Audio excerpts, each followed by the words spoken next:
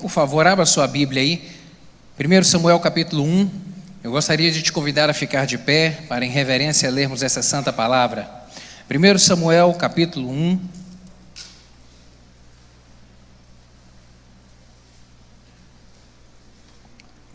Diz assim a palavra do Senhor: Houve um homem de Ramataim Zofim, da montanha de Efraim, cujo nome era Eucana, filho de Jeroão, filho de Eliú, filho de Tou, filho de Zufi, Efrateu.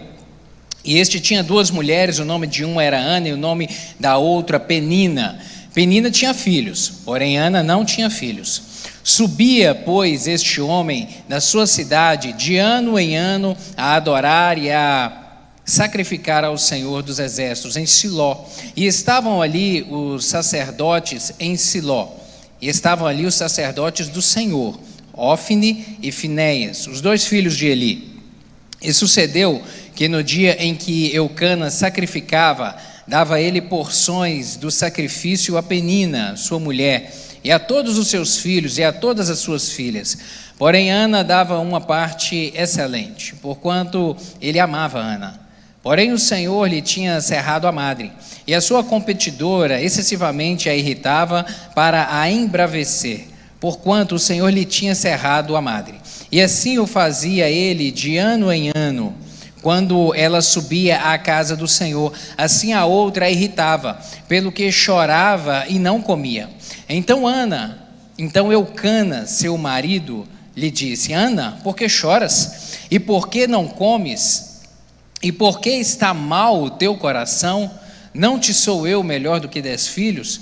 Então Ana levantou, depois que comeram e beberam em Siló, e Eli, o sacerdote, estava sentado numa cadeira junto ao pilar do templo do Senhor.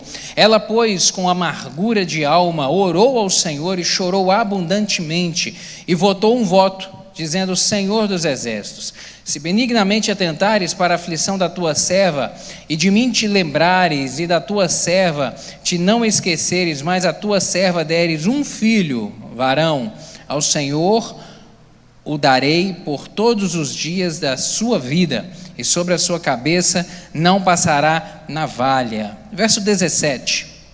Então respondeu Eli e disse: Vai em paz, e o Deus de Israel te conceda a tua petição que lhe pediste. E disse ela: Ache a tua serva graça em teus olhos. Assim a mulher se foi pelo seu caminho e comeu, e o seu semblante já não era triste. E levantaram-se de madrugada e adoraram perante o Senhor, e voltaram e vieram à sua casa a Ramá. Eucana conheceu a Ana, sua mulher, e o Senhor se lembrou dela.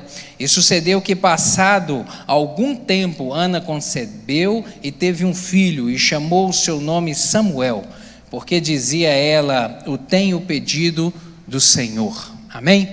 Vamos orar? Vamos pedir ao Espírito Santo que aplique essa palavra ao nosso coração. Pai, te damos graças pelo privilégio de estarmos aqui na tua casa mais uma vez. Muito obrigado por isso. E em volta da tua palavra agora, lhe rogamos uma porção, Espírito Santo de Deus, lhe rogamos uma porção de entendimento. Abra a nossa mente nessa hora para compreendermos a palavra do Senhor. E mais que isso, Pai, eu lhe peço que o Senhor possa, ó Deus, falar de uma maneira pessoal e individual ao coração de cada um dos meus irmãos aqui conosco nessa noite. Fala conosco, Espírito Santo de Deus. E eu lhe rogo sobre mim graça do Senhor para transmitir essa mensagem. Eu dependo de Ti inteiramente. Fala conosco, é o que eu lhe rogo em nome de Jesus. E lhe peço, Deus, que o Senhor faça cessar toda e qualquer voz contrária do inimigo aqui nessa noite. Em nome de Jesus, todo e qualquer levante do maligno que queira roubar essa semente, que queira arrebatar as mentes, meu Deus, para que não se concentrem, meu Deus, e recebam aquilo que vem do Senhor para nós. Em nome de Jesus, repreenda, e que estejamos conectados todos juntos agora ao trono da graça para sermos alimentados pelo Senhor. É o que eu lhe rogo em nome de Jesus. Amém. Amém. Você pode se sentar, querido? O contexto, o momento histórico aqui, desse tempo, desse momento que nós lemos aqui, do capítulo 1 de Samuel, o contexto histórico aqui era o tempo dos juízes de Israel. É chamado tempo dos juízes, porque ainda não havia iniciado o período da monarquia de Israel. Então era o tempo dos juízes. Foi um período que durou aproximadamente 300 a 350 anos após o povo de Israel entrar na terra prometida. Lembra que eles entraram com Josué? E após entrarem, eles tinham que tomar posse da terra, porque ela não estava vazia, ela não estava desocupada. Os cananeus habitavam ali. E Deus disse através de Moisés e depois através de Josué que o povo deveria tomar posse da terra. Então eles deveriam expulsar aquele povo que ali habitava. E o povo de fato tomou posse da terra. Só que individualmente, cada tribo não tomou posse inteiramente das suas áreas, daquelas áreas que foram determinadas para cada um deles. E acabou que ficou ali remanescente de cananeus naquela região, habitando ali.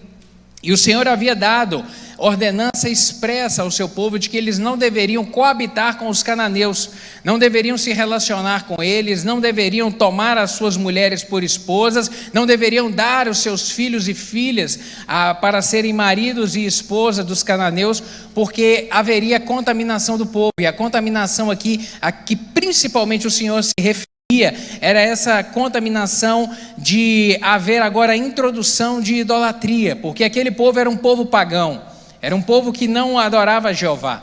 E o Senhor, Deus de Israel, desejava ser o único Deus desse povo, e queria que esse povo temesse a Ele e o adorasse como seu único Deus. Mas em razão desse contexto, nós vemos no livro de Josué principalmente que o povo começou a relacionar com os cananeus e foram corrompidos.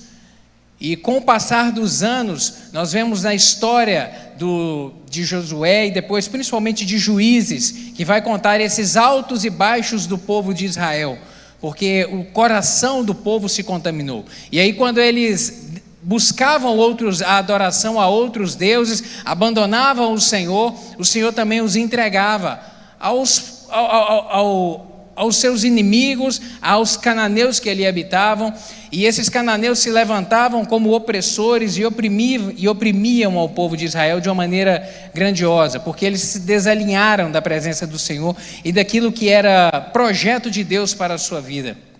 A nação vivia um tempo de uma prática onde o que eles faziam não agradava ao Senhor.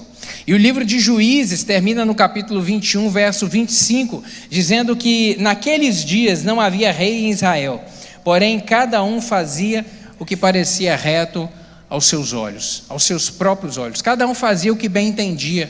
Eles decidiram ignorar os mandamentos, a orientação do Senhor para si, e cada um queria fazer o que bem lhe entendia.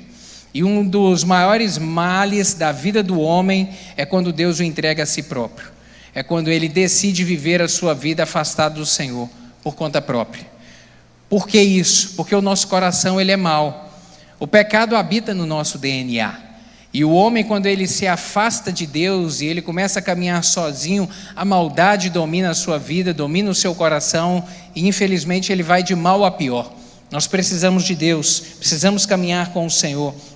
E pela prática da idolatria, que eles quebravam continuamente essa aliança que tinham com Deus, e Deus, como eu disse, entregou-os por vezes aos inimigos que os oprimiam, e eles clamavam por misericórdia. Deus enviava um juiz para promover a libertação desse povo, e assim foi esse período de cerca de 300 a 350 anos da história de Israel.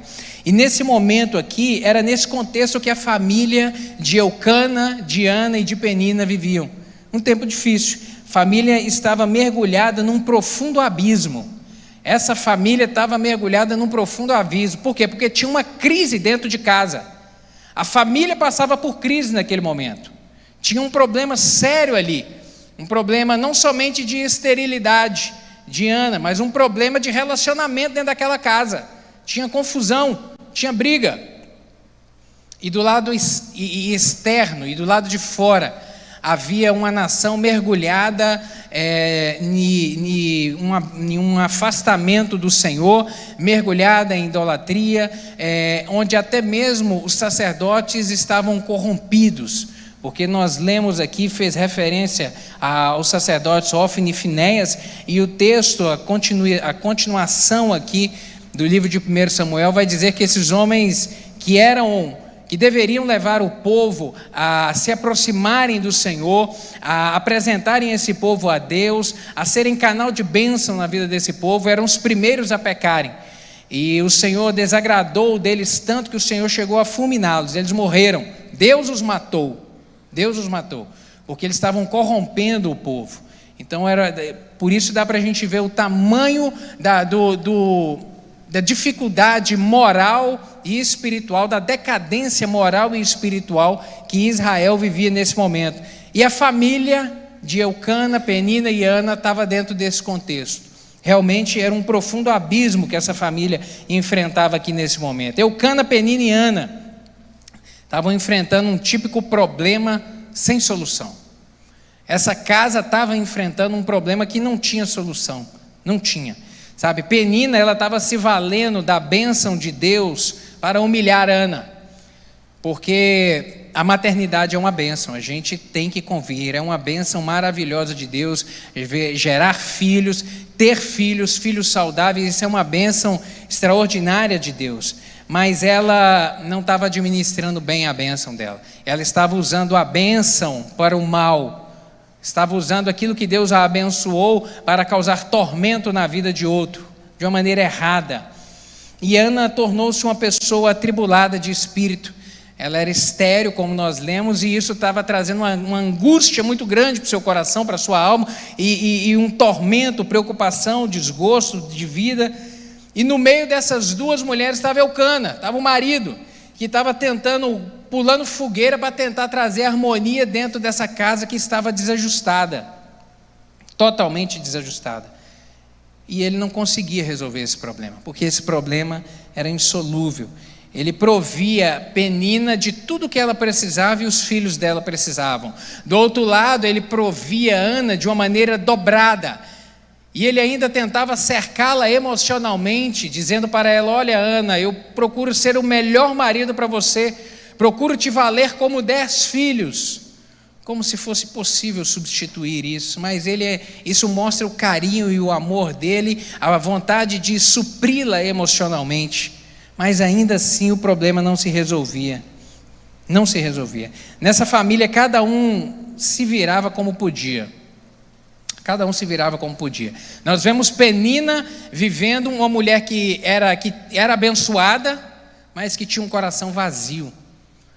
Porque a ponto dela agir de uma maneira egoísta em relação a Ana, ela não se compadecia da dor de Ana, ela não se compadecia, não tinha compaixão de Ana, da sua tristeza, do problema que ela tinha, não.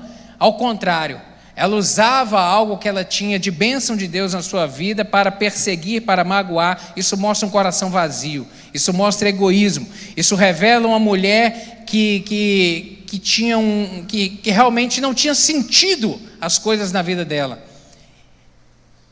E ter a bênção, sem o Deus da bênção, a vida se torna sem sentido. Ter coisas, por mais coisas deliciosas que Deus possa nos dar nessa vida, mas sem termos o Deus que concede todas essas coisas, as coisas perdem sentido. E nós vemos isso na vida de Penina. De outro lado aqui, nós vemos Ana, extremamente em um contexto difícil, de amargura, de perturbação. Cada um vivia do jeito que podia. Vemos Eucana, como eu disse, pulando fogueira para tentar trazer harmonia dentro dessa casa, que não tinha jeito. Deixa eu lhe perguntar uma coisa: qual que é o problema que tem mais provocado dor na sua casa hoje? Qual que é o problema que tem mais provocado dor na sua casa, na sua família, no seu coração, que tem trazido preocupação, que tem inquietado o seu coração? Qual que é? Como é que a sua família tem encarado isso? Como que vocês têm olhado para os dilemas e os problemas da casa de vocês e como vocês têm tratado isso lá dentro da casa? Como? A maneira como vocês têm tratado isso mostra um horizonte positivo de solução? Ou tem gerado um contexto como na casa de Eucana, um contexto de confusão, um contexto de briga, um contexto de desarmonia, de desentendimento, de falta de misericórdia, de amor, de compaixão. Como que a sua casa tem enfrentado os dilemas? Como que ela tem enfrentado as impossibilidades? Essa família aqui estava diante de algumas impossibilidades. Eucana via diante de si impossibilidades de uma esposa estéril e de outro lado, e nos relacionamentos confusão, impossibilidades. Essa família vivia isso. Mas eu quero te dizer nessa noite que eu não sei como está a sua casa. De repente pode haver algumas impossibilidades lá, mas eu quero te dizer que é possível as impossibilidades serem transformadas em bênção. É possível isso, porque o nosso Deus é um Deus de graça, é um Deus de bondade, é um Deus de amor, é um Deus de compaixão, é um Deus de misericórdia. É possível transformar as impossibilidades em bênção. E nós vemos aqui o desenrolar dessa história extraordinária, onde as impossibilidades são transformadas em bênção, em bênçãos de uma maneira superabundante. Ana, que aqui era a personagem que mais sofria, ela descobre a saída para o caos que ela estava vivendo, que é o caminho da entrega. O caminho da entrega, eu quero que você guarde isso no seu coração. O caminho da entrega. Esse não é o caminho mais fácil, não é, mas às vezes ele é o único caminho. E ele é o caminho que vai trazer vitória, é o caminho realmente da entrega. Todos os outros aqui, todas as outras possibilidades já haviam sido esgotadas por essa família. Todas, realmente Eucana já devia ter tentado de tudo. Eu imagino que, e ele sabia dessa confusão dentro de casa, com toda certeza ele já deve ter feito inúmeras reuniões familiares para poder discutir aquela situação e dizer: gente, a gente tem que viver bem. Gente, a gente tem que ajustar as coisas. Penina, segura a onda. Segura aí. Você está vendo o sofrimento de Ana? Me ajuda, a gente tem que ter harmonia dentro dessa casa. Certamente deve ter tentado de tudo, mas não funcionou. Não tinha jeito. Ana vivia em um dilema interior terrível e sofrendo sozinha, mesmo acompanhada do marido, mas sofrendo nos momentos de solidão, nos momentos em que estava sozinha, e isso a perturbava de uma maneira grandiosa. Ela precisava de um milagre, e o milagre passou pelo caminho da entrega. O caminho da entrega, esse é o caminho escolhido por aqueles que verdadeiramente consagram sua vida ao Senhor, por aqueles que confiam em Deus. É a opção de quem já de repente desistiu de si mesmo, de quem decidiu realmente crucificar o seu eu, entregar-se totalmente ao Senhor e confiar, e ter fé que Deus tem poder para transformar, que Deus tem poder para operar o extraordinário. Entregar é um ato de fé, sem dúvida nenhuma. Entrega é um ato de fé. Você lembra de Abraão entregando seu filho ao Senhor? Você lembra? Entrega é um ato de fé.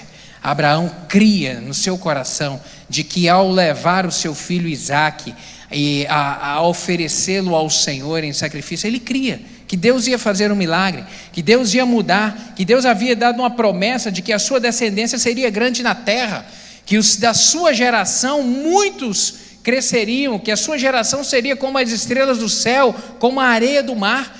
Então ele sabia que Deus faria alguma coisa para mudar aquela situação.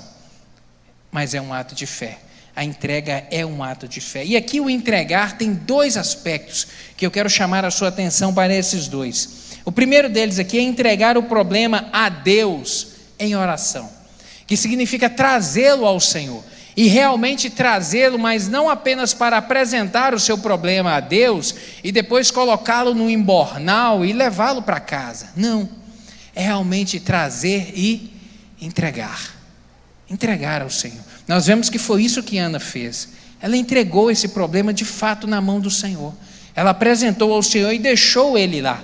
E a palavra do Senhor vem nos orientar e nos mostrar que essa deve ser a nossa postura, de realmente entrega ao Senhor daquilo que tem sido uma pedra de tropeço nas nossas vidas. Filipenses capítulo 4, versos 6 e 7, o apóstolo Paulo vai dizer o seguinte: não estejais inquietos por coisa alguma, antes as vossas petições sejam em tudo conhecidas diante de Deus, pela oração e súplica, com ações de graças. E a paz de Deus, que excede a todo entendimento, guardará os vossos corações e os vossos pensamentos em Cristo Jesus. O que o apóstolo vem dizer aqui?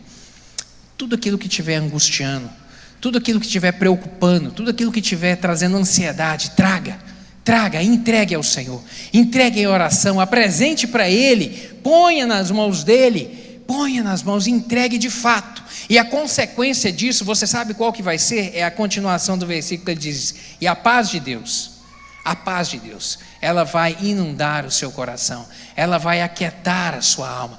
E a paz, ela só é possível habitar e entrar quando há essa entrega, do problema. E a paz de Deus, que excede a todo entendimento. Por isso que é possível o cristão, mesmo em meio a tempos de tormenta, ter paz, deitar a sua cabeça e dormir, crendo que o Senhor é o Deus que sustenta a sua vida, é o Deus que provê tudo aquilo que ele precisa. O apóstolo Pedro, ele vai repetir esse mesmo ensinamento, ele vai confirmar essa palavra em 1 Pedro capítulo 5, versos 6 e 7, quando ele vai dizer o seguinte: portanto, humilhai-vos debaixo da poderosa mão de Deus, para que Ele os exalte no tempo devido, e lancem sobre Ele toda a sua ansiedade, porque Ele tem cuidado de vocês. Lance sobre Ele.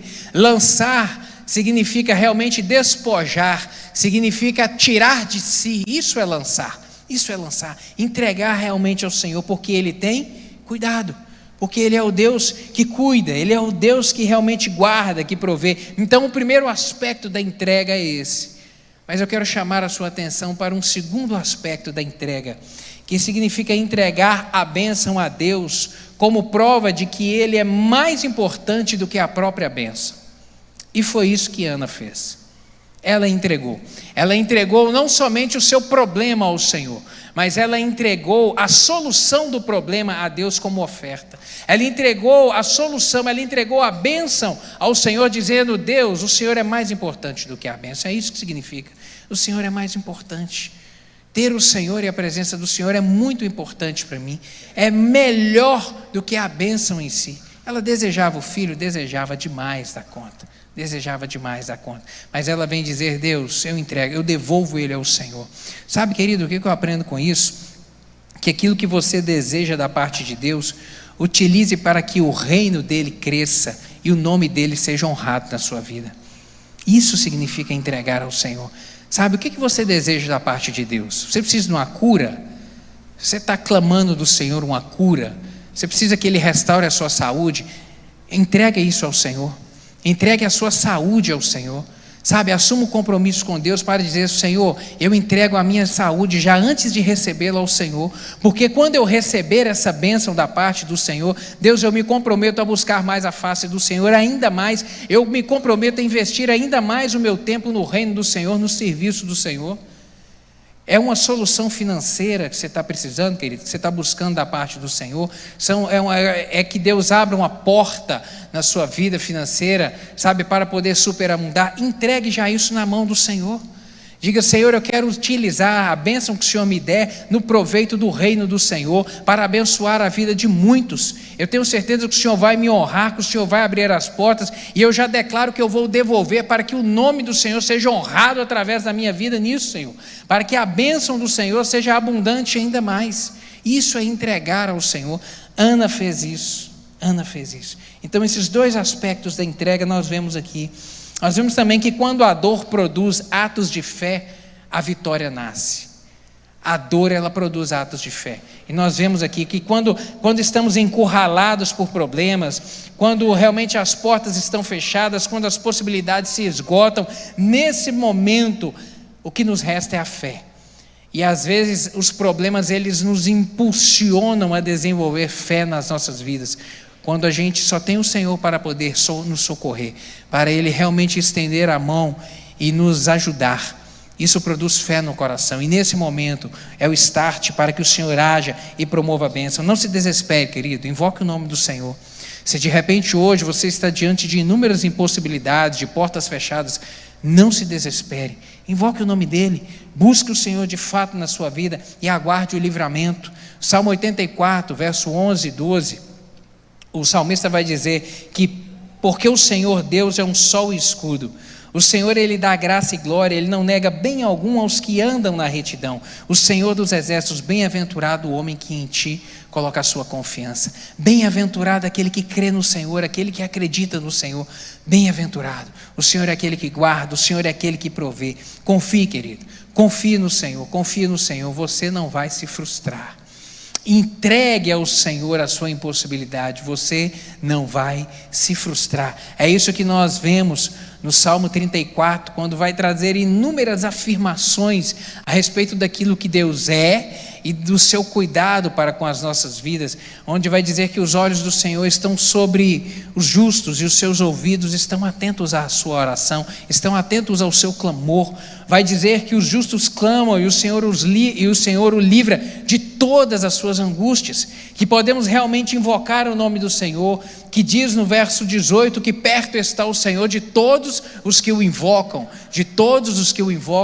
em verdade, de coração, os contritos de coração, que perto está o Senhor de todos os que invocam e estão contritos de coração. Vai dizer que muitas são as aflições dos justos, mas que o Senhor o livra de todas.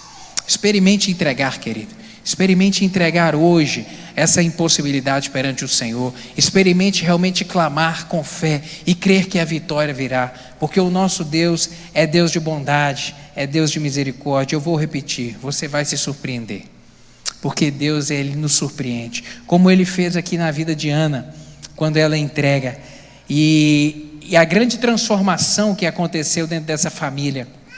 A entrega produziu transformação na vida dela de uma maneira muito manifesta.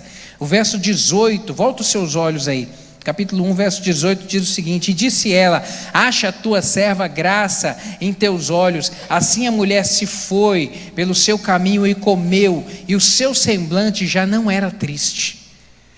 Depois dessa entrega, até o semblante dela mudou. A paz do Senhor penetrou no coração dela de uma maneira tão grande que até o seu semblante mudou. E tudo aquilo foi mudado na sua vida. Ela havia lançado sobre o Senhor a sua ansiedade. Agora o problema já não estava mais com ela. O problema já estava nas mãos do Senhor. E Ele é o Deus que cuida, Ele é o Deus que age. Provérbios 15, verso 13 diz que o coração alegre formoseia o rosto, mas pela dor do coração o espírito se abate. Isso foi realidade na vida de Ana. O coração alegre formoseou o rosto dela. Quando a paz do Senhor entrou no seu coração, até o seu semblante foi mudado. Tudo foi transformado, porque ela entregou. A entrega a Deus resulta em milagre, e milagre de uma maneira superabundante. Nós vemos isso aqui. Essa mulher pediu um filho, ela desejava muito um filho. No verso 20, volta os seus olhos aí para o verso 20, que vai dizer a respeito desse milagre. E sucedeu que passado algum tempo Ana concebeu e deu à luz a um filho e chamou Samuel, e dizia a ela, eu tenho pedido ao Senhor. O milagre chegou. Deus abriu a porta, mas não abriu somente daquela maneira, porque ela cumpriu a promessa dela. Ela entregou, depois que ela desmamou o menino, ela o trouxe a Eli, que era o sacerdote, mas aproximadamente com 3 anos de idade. A partir dos 3 anos de idade, ele foi morar com Eli. Ela cumpriu o voto dela, a entrega que ela havia prometido, ela cumpriu. E aí de repente você fala, então ela perdeu. Não, ela ganhou. Porque o nosso Deus é o Deus que surpreende. Capítulo 2, verso 21, diz que visitou, pois, o Senhor a Ana, que concebeu e deu à luz a 3 filhos e 2 filhas. E o jovem Samuel crescia diante do Senhor. Quantos filhos ela pediu a Deus? Quantos ela ganhou? Porque Deus faz muito mais do que pedimos ou pensamos. Porque ela entregou de fato na mão do Senhor. Ela sabia que Deus era melhor do que a bênção. Deus era melhor do que a bênção. E Deus viu a sinceridade do coração dela e a abençoou de uma maneira excelente. Efésios capítulo 3, verso 20 diz isso: ora, aquele que é poderoso para fazer infinitamente mais do que tudo quanto pedimos ou pensamos, conforme o seu poder que em nós opera, a ele seja a glória na igreja em Cristo Jesus por todas as gerações, para todos sempre. Amém. Porque Deus é Deus que faz abundantemente mais tudo que podemos pensar ou imaginar. Amém, queridos? Eu vejo aqui, para eu encerrar, o que a gente aprende com essas atitudes de Ana? Primeiro, que essa atitude dela converteu a sua amargura em alegria. A amargura, a tristeza da vida dela foi transformada em alegria. E as suas atitudes levaram-na aqui a uma situação de deixar de ser estéril para ser mãe de muitos filhos, para ser mãe de filhos, sabe? Porque Deus agiu, porque Deus operou, transformou, e não somente mãe de filhos, mãe de um filho muito especial, porque Samuel foi um dos principais personagens da história de Israel. Esse homem se transformou num grande profeta do Senhor e marcou a sua geração. Isso tudo por um ato de entrega, porque ela confiou no Senhor. Aplique isso na sua vida, em nome de Jesus. Aplique esses princípios na sua vida e creia, porque o Deus de milagre está aqui nessa noite. Venha, entregue ao Senhor e creia no milagre na sua vida. Amém? Eu quero orar contigo. Vamos colocar de pé? Eu quero orar com você.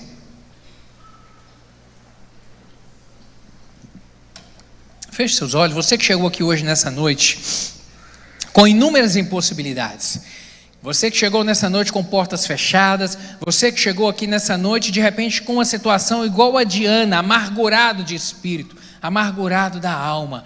Se essa palavra falou contigo, coloca a mão no seu coração. Eu quero orar com o Senhor, porque eu creio num Deus de milagre. Se você tem coisas hoje para poder entregar ao Senhor, coloque a mão no seu coração, em nome de Jesus, e já comece a entregar aí nessa hora a sua impossibilidade. Chame ela pelo nome, dê nome aos bois, entregue ela ao Senhor. Fala: Deus, eu estou entregando nessa hora, e eu não quero levar comigo, Deus, eu quero deixar no altar do Senhor. Em nome de Jesus, essa impossibilidade vai ficar hoje no altar do Senhor. Meu Deus, e eu quero voltar para minha casa em paz, assim como Ana voltou. Em nome de Jesus, eu tomo posse da paz do teu Espírito no meu coração, e eu creio no milagre do Senhor na minha vida. Pai, obrigado pela palavra do Senhor, obrigado por este exemplo de Ana, meu Deus, que entregou, decidiu entregar ao Senhor a sua impossibilidade, e o Senhor reescreveu a sua história de uma maneira extraordinária. O Senhor conhece aqui a vida dos meus irmãos, meu Deus, muitas impossibilidades,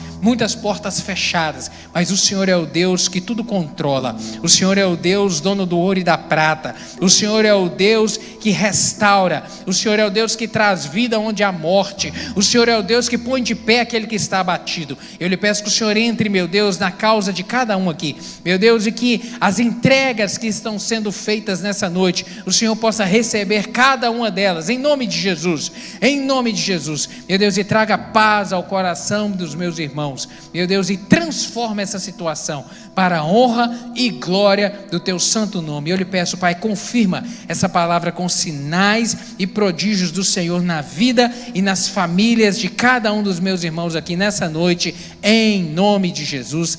Amém e amém.